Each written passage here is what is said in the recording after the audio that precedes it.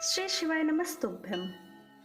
कुंभ मेला सनातन धर्म के अनुसार भारत में मनाया जाने वाला विश्व का सबसे बड़ा धार्मिक मेला है, जिसमें करोड़ों श्रद्धालु एक स्थान पर एकत्रित होते हैं और नदी में पवित्र स्नान करते हैं। मैं श्वेता आप सभी का स्वागत करती हूँ चित्रों के माध्यम से काव्यों का वर्णन करने वाले मेरे इस चित्रों की दुनिया में, जिसका नाम है चित्र काव्यम। कुंभ पर्व अभी के समय के अनुसार बहुत विशाल और भव्य माना जा रहा है, जिसमें देश विदेशों से लाखों लोग त्रिवेणी के संगम पर पवित्र स्नान कर अपने जन्म को कृतार्थ कर रहे हैं। 144 साल बाद लगे इस महाकुंभ की भव्यता सबसे अधिक मानी जा रही है, लेकिन आपके मन में यह सवाल तो ज़रूर उठता होगा कि यह इतना विशाल और प्राचीन परंपरा आखिर शुरू कहाँ से हुआ और इसके पीछे क्या पौराणिक कथा है। क्या इसका उल्लेख भारतीय वेदों, पुराणों और धर्म ग्रंथों में मिलता है या कोई कहानी छिपी हुई है। और सबसे रोचक बात कि शाही स्नान का पहला अधिकार केवल नागा साधुओं को ही क्यों दिया गया है। अगर आप भी ये जानना चाहते हैं तो हमारे वीडियो को अंत तक ज़रूर देखें, क्योंकि आगे हम इसके बारे में वर्णन करेंगे और साथ ही कुंभ की सुंदरता और पवित्रता को दर्शाने का प्रयास करेंगे अपने चित्रों के माध्यम से। तो आप इस वीडियो को पूरा ज़रूर देखें। महाकुंभ का आयोजन प्रयागराज के त्रिवेणी संगम पर होता है, जहां गंगा, यमुना और सरस्वती नदियों का संगम माना जाता है। लेकिन अब यहां सरस्वती नदी लुप्त हो गई है। अब केवल गंगा और यमुना ही दिखाई देती है। आखिरकार यहाँ पर ही कुंभ का आयोजन होने का क्या कारण है? आइए आगे की कहानी में इसे जानें और समझने का प्रयास करें। कुंभ संस्कृत भाषा का एक ऐसा शब्द है जिसका अर्थ होता है कलश या घड़ा। अगर कुंभ केवल पानी का घड़ा है तो यह इतना विशाल त्योहार कैसे बना? ज्योतिषी गणनाओं के अनुसार यह मेला पौष पूर्णिमा के दिन आरंभ होकर महाशिवरात्रि के दिन समाप्त होगा। वेदों और पुराणों में वर्णित कथा के अनुसार कुंभ मेला का संबंध समुद्र मंथन से माना जाता है।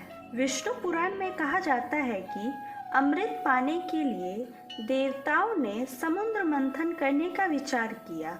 यह बात जब देवताओं ने असुरों के राजा बलि को बताई, तब वे भी समुद्र मंथन के लिए तैयार हो गए। देवताओं और असुरों के बीच समुद्र मंथन किया गया। इस मंथन के दौरान कई तरह के रत्न उत्पन्न हुए, जिसे देवताओं और असुरों ने बांट लिया। समुद्र मंथन के आखिर में भगवान धन्वंतरी अमृत का कलश लेकर प्रकट हुए। अमृत पाने की लालसा में देवताओं और असुरों में युद्ध छिड़ गया। श्री वामन पुराण के अनुसार आचार्य बृहस्पति ने इंद्र के पुत्र जयंत को संकेत दिया कि वह अमृत का कलश लेकर भाग जाए। दैत्यों ने जयंत का पीछा 12 दिनों तक किया, जो कि उनके 12 वर्षों के बराबर था। युद्ध के समय अमृत के कुंभ यानी कलश से त्रिलोक के 12 स्थानों पर अमृत की बूंदें गिरी, जिनमें से 8 स्थान देवलोक में हैं और 4 स्थान पृथ्वी लोक में हैं। पृथ्वी लोक के इन 4 स्थानों के नाम हरिद्वार, प्रयागराज, उज्जैन और नासिक है, जहां अमृत के बूंदों के गिरने के कारण कुंभ मेला का आयोजन शुरू हुआ। उत्तर प्रदेश के प्रयागराज को शास्त्रों में तीर्थराज यानी तीर्थ स्थलों में राजा की संज्ञा दी गई है। ऐसा भी माना जाता है कि ब्रह्मा जी द्वारा पहला यज्ञ प्रयागराज में ही किया गया था। कुंभ मेले में स्नान करने से आत्मा पवित्र होता है और इससे जन्म मृत्यु के चक्र से भी मुक्ति मिलती है। कुंभ मेले का प्रारंभ शाही स्नान से होता है और इसका विशेष महत्व है, जिसमें सबसे पहले केवल नागा साधुओं को ही पहला स्नान करने का अधिकार होता है। इसका पहला उल्लेख ऋग्वेद में नाहन पर्व से मिलता है। महाकुंभ में स्नान का कर्म बहुत पवित्र और अनुशासित होता है। नागा साधु भारतीय आध्यात्मिकता और संस्कृति का एक रहस्य और रोचक पहलू है। उनके बारे में जानना परंपरा और आध्यात्म की दृष्टि से समझना बहुत ही ज़रूरी है। भस्म में रंगा नग्न शरीर, लंबी जटाएं, हाथ में कमंडल लिए नागा साधु, जिनकी उपस्थिति अपने आप में एक रहस्य है, क्योंकि उन्हें आप केवल कुंभ के समय ही देख सकते हैं। ये कहाँ अदृश्य हो जाते हैं कोई नहीं जानता। उनके जीवन का केवल एक लक्ष्य होता है, कुंभ में जाकर डुबकी लगाना। जब भी भारतीय संस्कृति और धर्म पर संकट आया है, तब इन नागा साधुओं ने अपनी तपस्या की शक्तियों से धर्म और संस्कृति की रक्षा के लिए आगे आए हैं। इन सब के लिए नागा साधुओं को राजसी सम्मान देने के लिए शाही स्नान में यह परंपरा शुरू की गई है। तब से कुंभ में पवित्र स्नान का सबसे पहला अधिकार नागा साधुओं को दिया गया है। यह महाकुंभ 45 दिनों तक रहेगा।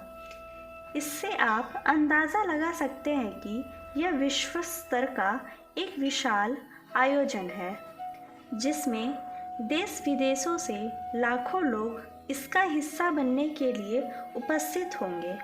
साल 2017 में कुंभ मेले को यूनेस्को ने मानवता की अमृत सांस्कृतिक धरोहर का दर्जा दिया है।